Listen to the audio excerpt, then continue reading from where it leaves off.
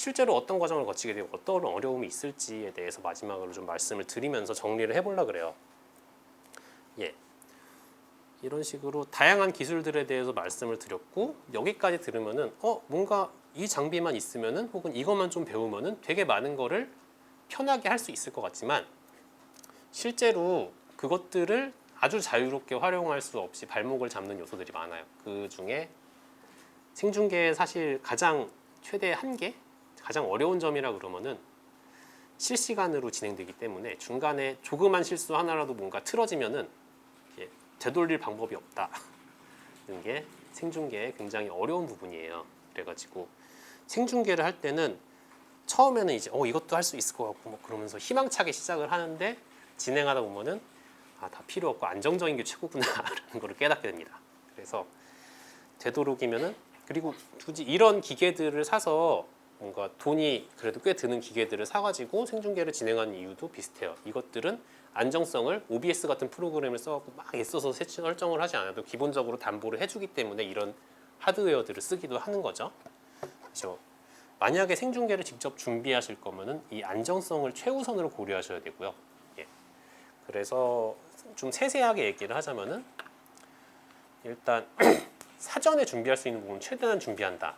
이거는 생중계라고 해서 모든 거를 실시간으로 그때그때 진행해야 될 필요는 없어요. 만약에 영상 컨텐츠를 미리 준비하는 게 어떤 부분 낫다 그러면 미리 영상을 만드셔도 좋고요. 이런 식으로 사전에, 그리고 뭔가 대본을 짠다거나 이런 것도 최대한 하실 수 있으면 하시는 게 좋고, 이런 식으로 아무리 생중계고 실시간으로 진행이 되는 거라고는 하지만 사전에 준비된 게 많으면 많을수록 안정적으로 할 수가 있어요. 그리고 방송 테스트는 다양한 방법으로 충분한 시간을 들여서 해보셔야 돼요. 만약에 우리가 실제로 생중계를 기획해서 진행을 한다 그러면 어떤 흐름으로 갈지를 그냥 개괄적으로 알려드리도록 할게요. 맨 처음에 기획을 하겠죠. 그러니까 뭘 하든 기획 단계는 들어가는데, 일단 여기 그냥 딱딱한 말로 한 줄로 생방송의 목적과 대상을 명확하게 하기라고 써놓긴 했는데, 여기에 대해서 좀 말씀을 드리고 싶은 거는, 일단 생중계를 여러분이 실제로 직접 진행을 하시든 아니면은 업체를 불러가지고 돈을 써서 하시든, 이게 굳이 왜 생중계하는지에 대해서 한 번쯤은 생각해 보실 필요가 있어요. 왜냐하면은 실시간으로 이게 명확하게 이런 이유로 저는 생중계를 하고 싶습니다, 꼭 이렇게 돼야 될 필요는 없지만 어느 정도 이거를 생각을 하셔야 여러 가지 생중계를 진행을 하면서 실제로 부딪히는 문제들에 대해서 선택을 할 때 판단의 기준들이 생기게 되기 때문에 한 번쯤은 고민을 해보시는 게 좋습니다.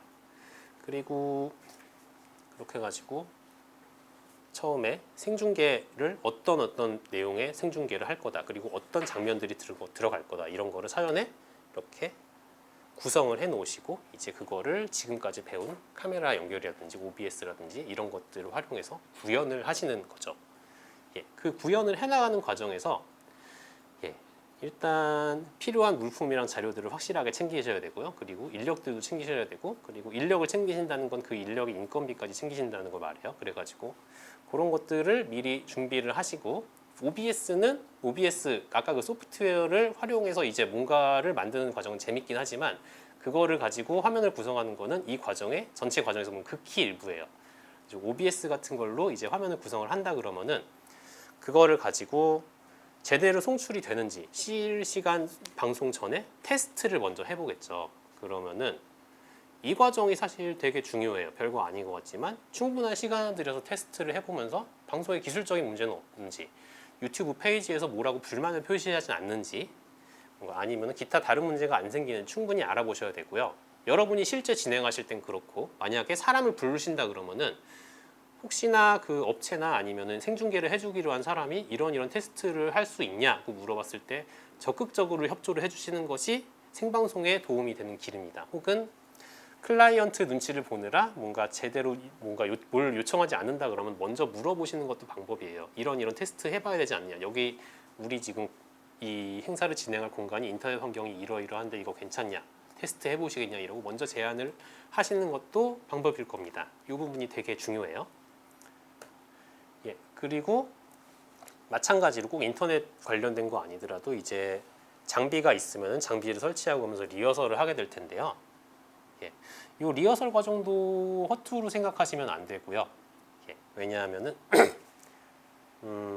하다못해 뭐 이런 장비들을 USB 허브를 막 이용해서 연결을 한다고 할 때 USB 허브가 허술하거나 가벼우면은 이게 툭 쓰러지면서 USB가 뽑힐 수 있습니다. 만약에 그런데 이런 데에 연결되어 있던 USB가 뽑힌다 그러면은 방송이 뭔가 중단되는 거죠.